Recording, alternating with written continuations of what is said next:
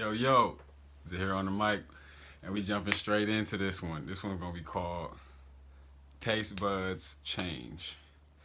And it's important to know this because people really just shy away from anything that tastes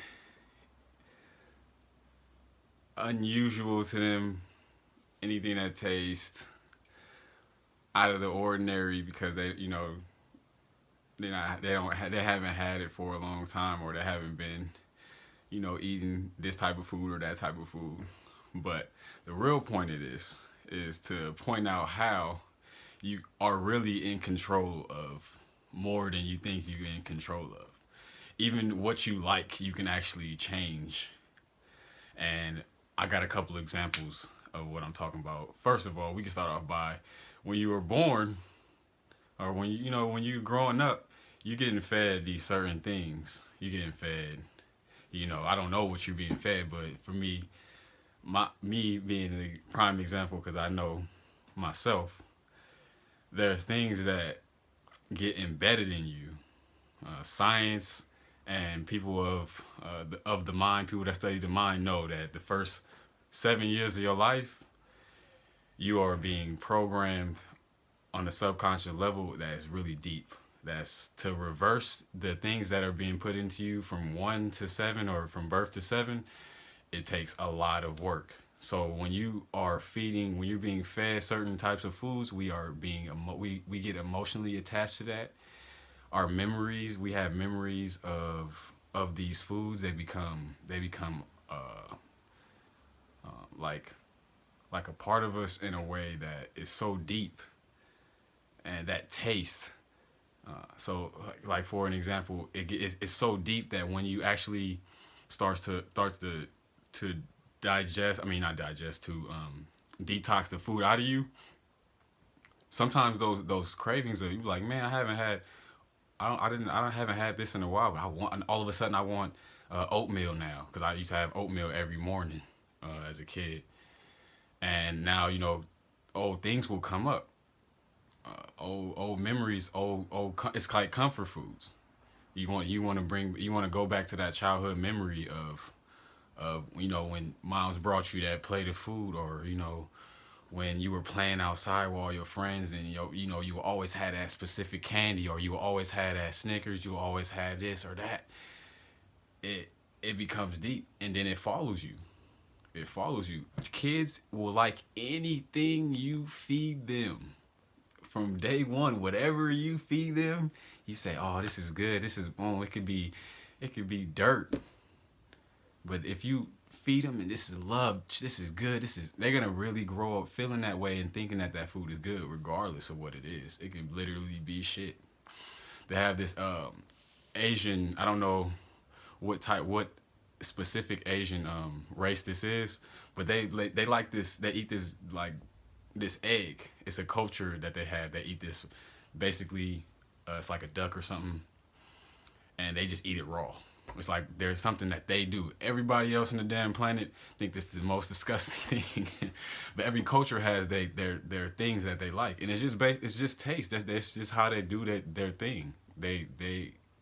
That's what they like, no matter what it is. I'll use myself for an example. Once again, I didn't really give the example I wanted to, but once I started doing this, I started off with an alkaline diet, pretty strict, no meat, no dairy, and no starches. So potatoes, French fries. I used to come home from school every day and make French fries. So that's another one of those things. But yeah, like when I first started, I didn't even know how to cook a regular meal. So I wanted to be so strict. I was so strict on this diet. I was like, I'm not eating anything else. If it's not on this list, I'm not eating it, because I was so ready for a transformation at the time. I was so ready to change my life. I was so confused, didn't know what direction I wanted to go in. So I wanted so bad to stay on the list. I didn't eat anything but almonds, and I used to go to class, because I was going to school at the time. So go to class, be popping almonds, and then I go to class, eat almonds all day, and then when I come home from class, I would just make this big old pot of greens that would last me, maybe a day or two, maybe 3 days. So that way I didn't have to keep going back and forth. But I just kept eating this stuff, and I thought it was cool. I thought it was tolerable. I just wanted, long as my stomach was okay, long as I was full, long as I had the energy to keep going, I was okay with it. I wasn't completely satisfied. Yes, I missed other foods, but I was so determined that I didn't care. I almost force-fed myself some of the food, like, because it got so bad. You can't, after eating almonds and greens consistently for so long, you start to want some other stuff, man. I was like, man, this is crazy. I was looking on the list. I'm like, what's gonna fill me up? I'm researching. They like mushrooms. It's kind of like a meat substitute. I don't like mushrooms. But shit, I want something full. I want something filling. So, I made a big old pot of mushrooms, and I just threw some cherry tomatoes in there. I just put it on the stove, and I just threw some seasonings that was on the list in there. And I must have tore them mushrooms down. I've been eating those ever since. So that's when I realized, like, taste buds change. I know a lot of people don't like mushrooms because mushrooms are kind of, they're kind of weird. We've been manipulated into believe that it's some type of fungus. It's gonna eat us alive. But just like everything else, there's a good type of this and there's a good type of that. But these are little examples that if you really want to change, if you really want to manipulate, you have the ability to change your taste buds. And taste is what we're addicted to in the first place. If I were to give you all your nutrients, all your minerals, all the vitamins, all the enzymes, everything you needed, but it tastes shitty, you would actually be like feeling the same way. You would still be like, it doesn't matter because we're so addicted to the taste, we're gonna run back to the taste. It stimulates us. All the brain know is, okay, that tastes good, I want some more of that. It doesn't, we've like disconnected the body from the mind. So if you really want to, you can, I wouldn't say force feed yourself. Find some fruit, some vegetables. You don't like fruits and vegetables? Find some that are tolerable. Eat them before you eat a meal. Eat them after. It's tolerable, but you got to get your fruits and vegetables in there. Just do it. You know what you got to do. That's the medicine. That's why it's the medicine. You didn't want to take that medicine as a kid. You go to the club and take that nasty ass shot, that Jaeger bomb. That shit that don't taste good. The stuff that we want to get high. We want to do this stuff and go through the consequences of the high. I mean, doing the stuff to get high or get drunk or whatever. But we're looking at the end result at the end of the day. So, taste buds. The taste is the drug. The taste is it's the high you're searching for. Just remember that. Keep in mind. So when you talk about I don't want it because it tastes good, you're just trying to get high.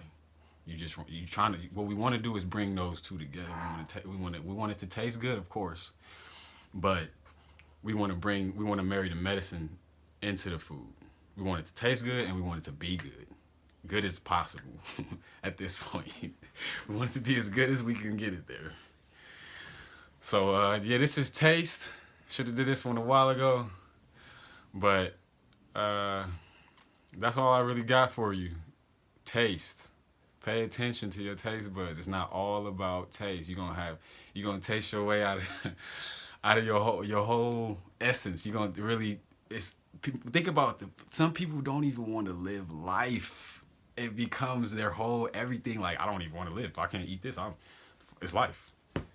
Taste. Your whole life is based on this. Like, that's not cool. That's not uplifting. It's a druggy attitude. I'm trying to get people to realize that this shit is drugs. The food is drugs. It's not just okay. We can't accept this. And studies have shown that even stuff like cheese and stuff like that has an effect on the body and the brain that is harder than hard drugs. And cheese is hard to get out of your body. It's harder than meat. I recommend getting rid of dairy before, or cheeses and yogurts and stuff before meat, because that stuff is stickier and more clumped and more processed than anything on the market right now. So yeah, that's Taste Buds. I ain't gonna keep rambling.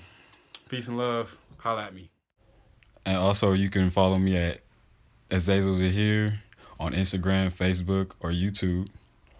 And to schedule a health consultation or for coaching, you can find me or schedule that at internalshowers.weebly.com. And we'll get you squared away. Thanks for watching, and I hope to see you out there battling, getting clean, and vibing high. Much love to y'all. Peace.